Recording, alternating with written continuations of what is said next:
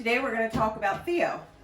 Theo is one of our store pets. That means he lives with us here in the store. He's not for sale. And he is a blue-tongued skink. And probably in a few minutes we'll get to see why they call him blue-tongued skink. There we go. He starts to stick his tongue out. That tongue is part of their defense. If they're threatened by a predator, they'll often stick their tongue out.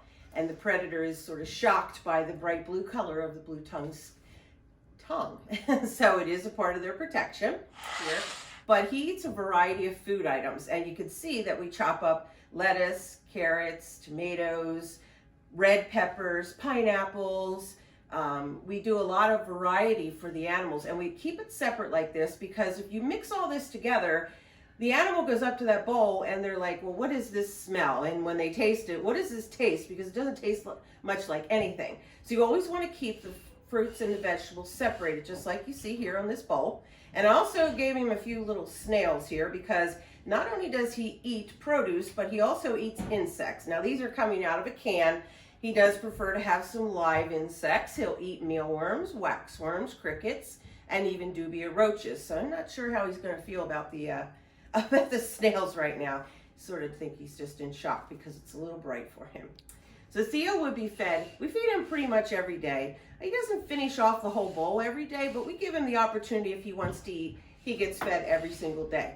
Now, he's a store pet. That means he lives here in our store. He's not up for sale.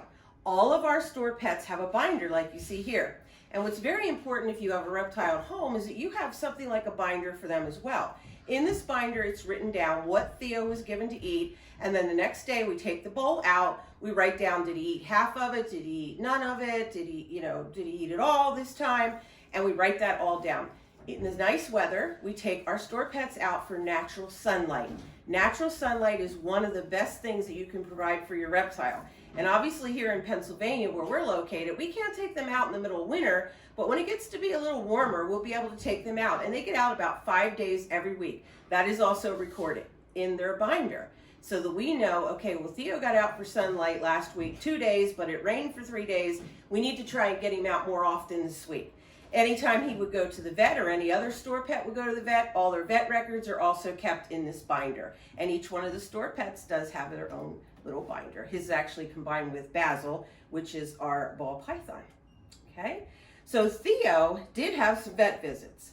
When Theo was purchased, he was purchased by some very nice people, and they did provide him with daytime heat and nighttime heat and a very good diet. Unfortunately, they were missing a very critical part of Theo's habitat and care, and that was the fluorescent light. This bulb right here does not give off heat like these bulbs do. This bulb gives off rays like the sun, UVB rays. UVB rays are very important to reptiles. They're critical to reptiles. Reptiles need UVB rays so that they can utilize vitamins and minerals, especially calcium, from the food that you're giving them and not from what's stored in their bones. Now, blue-tongued skinks, when they are first born, we talked about how tiny they are. When they first are born, they're about maybe 3 inches long. They actually grow 2 to 3 inches every month for the first year of their life. So pretty much at the end of that first year, since a blue-tongued skink could be 19 to 24 inches long at maximum size, pretty much almost full grown at 1 year.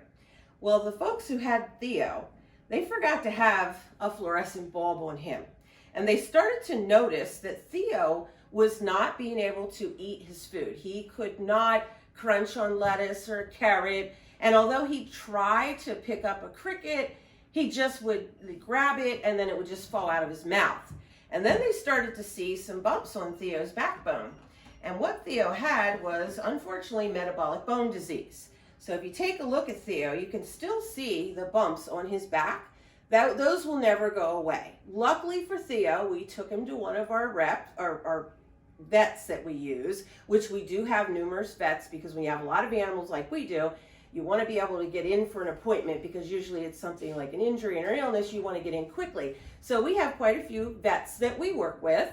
And this vet gave us some liquid calcium to give Theo. And of course, we put the proper bulbs on him. We gave him a nice, strong fluorescent bulb.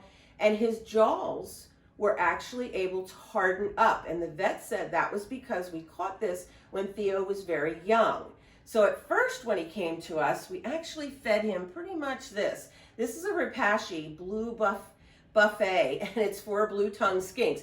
You mix this, it's like a powder, you mix it with warm water, and it makes like a jelly consistency. So Theo was able to eat that while we started to work on trying to get him to get a little more power back in his jaws so that he could eat other things. So that's how we started with him. And of course, again, he had a very strong fluorescent light. They do come in different outputs. They have 5 and they have 10. They used to have a 2.0, but they've done away with the 2.0. They figured that didn't have much to do for any of the reptiles. So we have a 5 or 10. You always want to look at the bulb because they're only effective for a certain distance down into the tank. So if you happen to have your fluorescent bulb way up here and your blue-tongued skink, who's a ground dweller, is down here, you need to make sure that this UVB light can penetrate down as far as you have your blue-tongued skink. You'll notice those short little legs, they're not very good for climbing. So they are definitely ground dwellers. So you're not going to see him climbing up. He might climb up on a little branch if you put something like this, a little elevation. He might climb up to here, but he's not going to be up in a tree. So you need to make sure that your fluorescent light is positioned in a spot that it can penetrate down to where your blue-tongued skink is located.